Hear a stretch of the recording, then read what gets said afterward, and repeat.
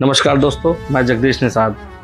दिल्ली में हुई हिंसा, जो प्रदर्शन हुआ है दिल्ली में शिक्षा को लेके, जो छात्रों के साथ और हमारे नौजवानों के साथ जो हिंसा हुई है, जिस प्रकार से उनको मारा पीटा गया है, वो बहुत ही गलत और बहुत ही शर्मनाक है। ये साफ साफ दिखाई देता है कि हमारे लोकतंत्र में किस तरीके से तानाशाही वाली सरकार चल रही है। ऐसा नहीं है कि मैं किसी सरकार का विरोधी हूँ या फिर किसी पार्टी का समर्थक हूँ। मैं किसी भी पार्टी का समर्थक नहीं हूँ और ना ही किसी पार्टी का विरोधी हूँ, लेकिन जिस प्रकार से स्टूडेंट्स के ऊपर अत्याचार हुआ है, लगातार शिक्षा में जो शिक्षा के नाम पे जो जिस प्रकार की जो कालाबाजारी हो रही है, पेपर लीक जैसे, तो इन सब मुद्दों को लेके छात्रों के भविष्य के साथ जो खिलवाड़ हुआ है, इसको कतई बर्दाश्त नहीं किया जाएगा। लोग इस मुद्दे को राजनीति से जोड़ रहे हैं कि ये विपक्ष का काम है, ये सोची समझी साजिश है। मैं कहता हूँ वो हो सकता है, लेकिन आग छात्रों के सीने में जली थी, उसके बाद कई पार्टियां आई, उस आग पर उन्होंने हाथ सेका। लेकिन मैं कह रहा हूँ कि ये सरकार का दायित्व तो है कि इस आग को भड़कने क्यों दिया गया।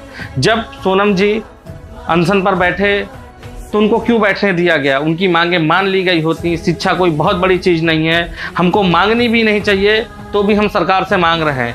क्यों नहीं 2-3 दिन में प्रधानमंत्री मोदी जी या फिर जो भी उनके प्रतिनिधि हैं, सरकार के जो भी बड़े नेतागण हैं, वो क्यों नहीं उनका जाके अनशन तोड़वाए? क्यों बात इतनी आगे तक गई? क्यों नहीं छात्रों की मांगें पूरी की गई?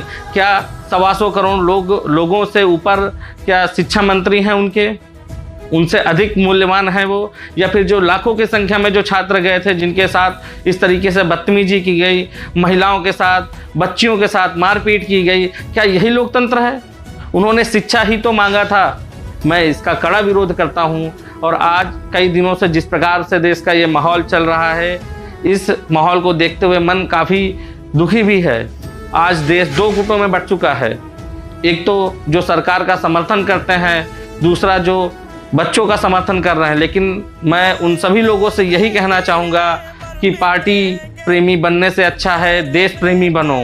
हमारे अटल जी ने कहा था कि सरकारें आएंगी जाएंगी, पार्टियां बनेंगी बिगड़ेंगी, लेकिन ये देश अखंड अमर रहना चाहिए।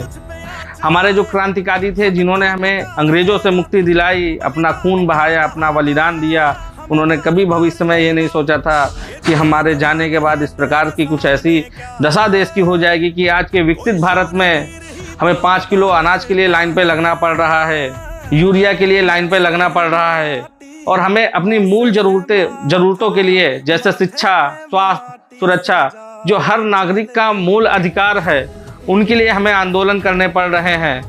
और ये जो पक्ष के